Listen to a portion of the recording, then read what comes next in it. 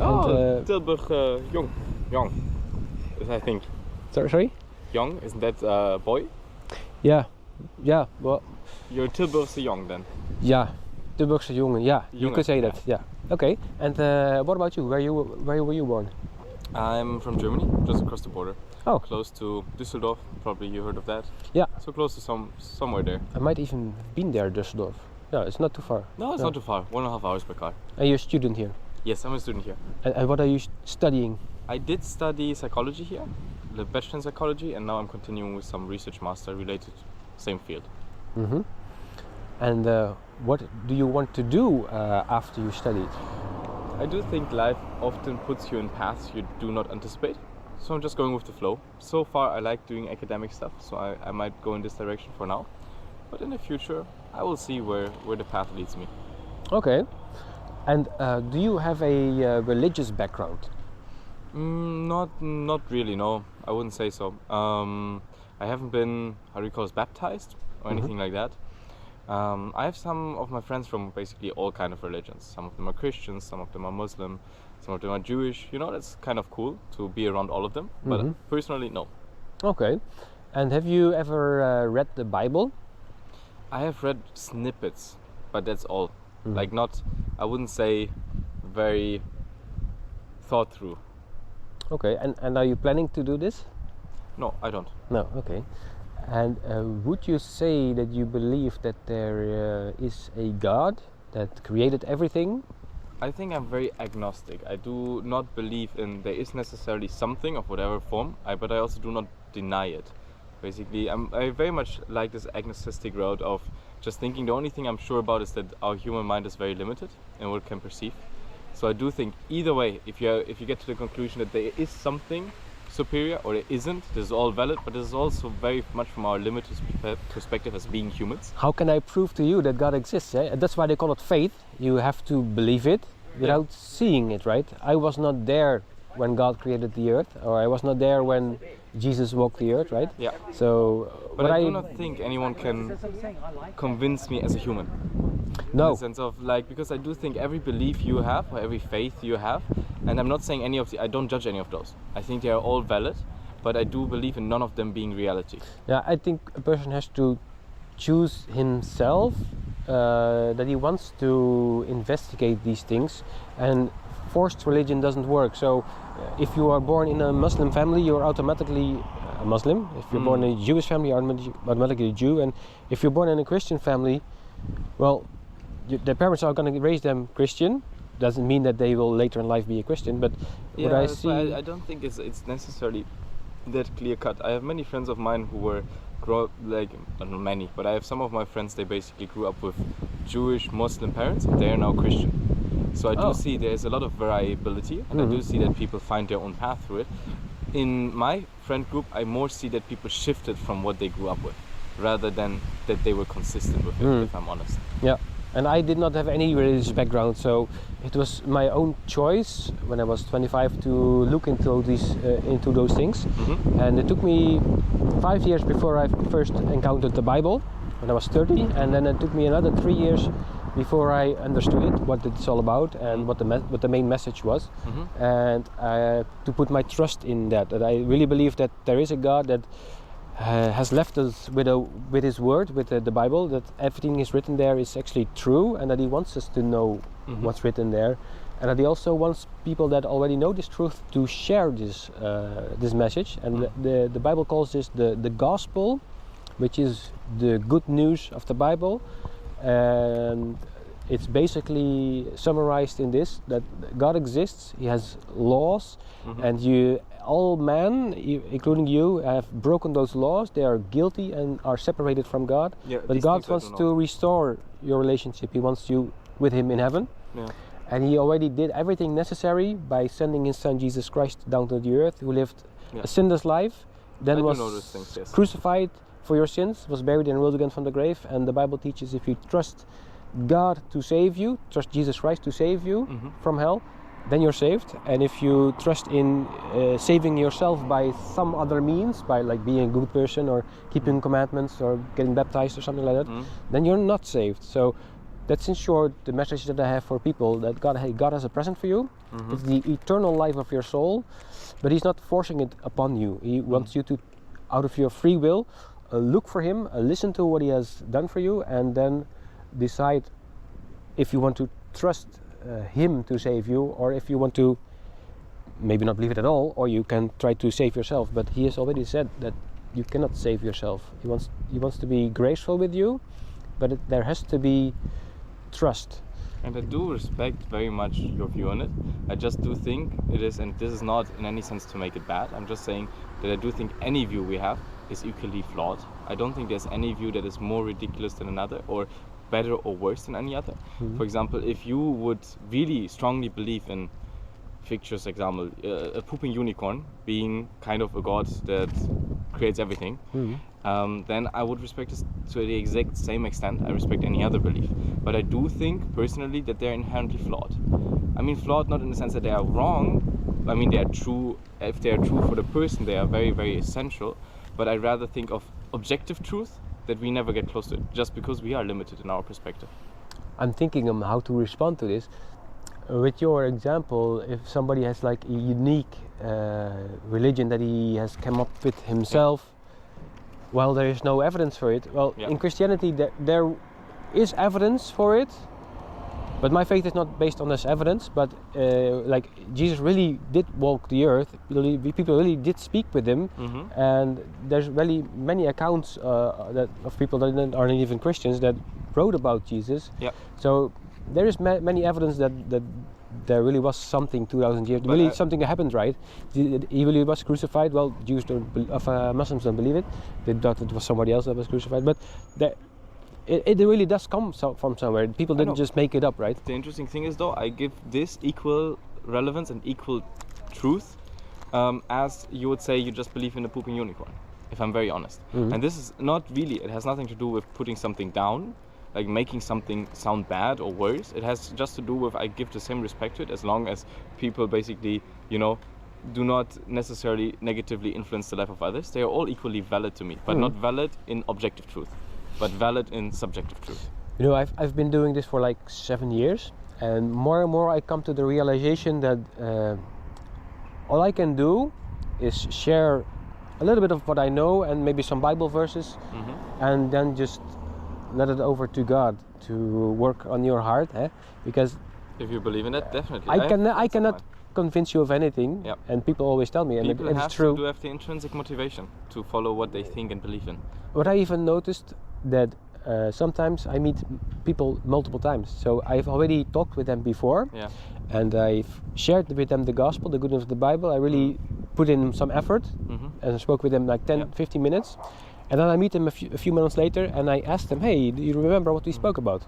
Well, something about faith. So it just all went over their head. They weren't really interested, they weren't really listening. So but I have to admit, I do think I'm quite different in that regard, because I have many of my friends who actually have also their own, we call this free church system, basically where you are allowed to have your view on, for example, the Christian faith, and have some legal rights to make this a church. And I have those, and I do speak with them very often. We philosophize every time we are together about these things very deeply. So I'm very open to these discussions. That's your field, eh? Yeah, I mean, it's not my field. My field is psychology, but I'm not a philosophy student, but I do like this. Oh yeah, I kind of mix those things up, Yeah, so it's not like I'm not discussing those. I'm discussing this constantly, and I like to discuss this with people. I like to get their views. But I have to admit, so far it didn't really change my view on it. Did I ask your name? Jonas. Jonas, no, I didn't ask it then. Jonas, that's actually a nice Bible name. My wife was pregnant last year, but the baby didn't make it. But I was planning to name him Jonas. But that's a different topic. If I can share one Bible verse with you, it is on the card I gave you. That might have something for you. It says right here, for by grace are ye saved through faith. So this is answering the question, how can you be saved from going to hell? You're saved by God's grace. He's forgiveful, He wants to forgive you, but there has to be faith. And not of yourself, so you cannot save yourself. It's the gift of God. God has a present for you. That's how it is described in the Bible. God wants to give it to you, but He's not forcing it upon you. So you're not against your will dragged into the presence of God. I do think you most of the time, especially if it comes to values, you cannot really be dragged into it. It must be intrinsic. But as I said, irrespective of those nice intentions, I like that you have these good intentions and want to give these good intentions further to people. This does not really change that my overall philosophical belief is basically just in the limitless of humans. No, Wherefore, but even if you were just talking to me out of respect or maybe intellectual knowledge, it's nice to just learn stuff. That would also make me happy because you never know. Exactly, you should be open for discussion. What you will do with this, because. But then I would rather think. I've now talking with you only a few minutes, and I might never see you again. But 10 years from now, somebody else will approach to you and share something similar, and you think back about what I said, and you might still find the card, and you think, oh, let's look at what this guy is all about. He's still alive and stuff like that. And you might hear something, and that does get you on the track of believing in Jesus or not. On a track on you never know. Something else. Yeah, you never know. So we should be open-minded to it. Yeah. I agree, but I think for me, for things to believe, they need to basically have arguments for my overall view on life. And if they more align or less align, then this has an influence. But if they are just about reproducing certain beliefs and stories and stuffs related to this, or things that actually happened, historical events, then this is not necessarily catching people like me, in the sense of like I do want to have a more philosophical discussion on, like, you know, if people, for example, believe in Christianity or in more Jewish beliefs or in Muslim beliefs, then for me the question is always like, irrespective of historical events that happen or whatever, if we have a very concrete belief of there is a certain entity, why do we think that as humans, I think it's quite obvious that we are limited in many regards, even by visual illusions, I think are just a very simple example of how we are limited in our thinking pattern. Then for me it's more interesting to discuss, like, okay, this limitedness that we have, why should we then still have an actual representation of whatever we're believing in? Like, why should we be sure about there, or not sure? It's also the other way around. Why should people be sure that there is no God or superior figure? Or why they should be sure that there is one of those figures? Then I always come back, for me, to this argument that I still would like to be revoked, to change my opinion on this more. Is like, how does it make sense if we do have this premises of being limited as humans? How can we be sure about anything we believe? how can we be sure about anything we believe? Either the absence or not the absence of, for example, God. Yeah, the atheist cannot prove the non-existence of God, and the believer cannot prove the existence of God. That's up to you. What I sometimes do is tell people, well, if you really want to know if God exists or Jesus exists, you can talk to him and see what happens. And you could just, well, we call this praying, but it's basically just talking in the air. Because if you know that God can hear everything, you might even not do it physically out loud, only in your head. But if you want to know the truth, then you will find, eventually, if you find Jesus, I don't know what will happen if you ask Jesus, hey, I'm struggling to believe that this is all true. Can you reveal yourself to me in some way? Well, if you do that, something might happen, and that triggers you to look into the Bible, and who knows. But I mean, it would be equal relevance as if I pray out to anything else, am I right? Yeah, I guess if you say Allah, I want to know. Or the pooping unicorn? If you're, yeah, well. I think it's equally valid. What would you ask the pooping unicorn? I mean, the question is, what is your belief around that concept? If you only need something to. You need some basis to start even praying to it, right? No, I don't think you need to. I do think, especially cult-like movements show that you don't necessarily need a basis to believe on something, and a basis can be as little as some numerology. But if you do not believe that that this unicorn exists, why would you pray to it, right? Exactly, but then it's the same question, like, why would people then pray to God, am I right? Because I think the people that pray to God believe that he exists, and that's actually very many people. Think people that do this to the pooping unicorn also think it kind of exists. Do you know people that pray to a unicorn? I think it's just a fictional example, you know, of like any belief you can have. I mean, my beliefs irrespective of like the philosophical component, I obviously also challenge myself a lot. Usually how I'm traveling is without money, without a tent, I just see where it leads up. And you see that life puts you on a path that somewhat works out, but this doesn't need to be Then you belong have, to a belief in God. You have whatsoever, or faith Christianity. that there will be provision. I don't have faith in that sense. I'm always trying my boundaries, I would say, and so far I'm not disappointed. So Can yeah, you I give have an faith in life. example of one of those travels where you went without money? I mean, I'm doing them constantly. For example, then I want to cross the Pyrenees from one to the other side, or I'm often it's related for me to be hiking, be somewhere in the mountains, and it's a very humbling experience because very often you see that there are so many little situations that could happen and hand your life very easily that you have zero control over. Have you ever prayed to a God because you were like scared and in No. need? Because that was where it all started with me. Because before I was born again Christian, Yeah. I went with my then girlfriend on vacation to Switzerland, and we were really high up on a mountain, and it were really easy early in the season, so there was still snow and it was all melting and it was slippery, and there was nobody there, and the path just kind of collapsed. So Yeah. we were on top of a mountain, and I didn't know how to get down, and we were actually scared, right? Yeah, I had the same thing. I was freezing, like some similar situations in the mountains where I was nearly freezing to death. But I was investigating still Christianity, but I kind of prayed to God, not out loud, but in my head, hey God, if you make sure that we will get alive, get down safe, then I will marry this girl, and I did. Okay, for me it was rather, I was just revising my life, and I was in my head basically saying goodbye to some people that are important in my life, but I was not resisting. I was not praying for relief, for survival, and not to a specific superior.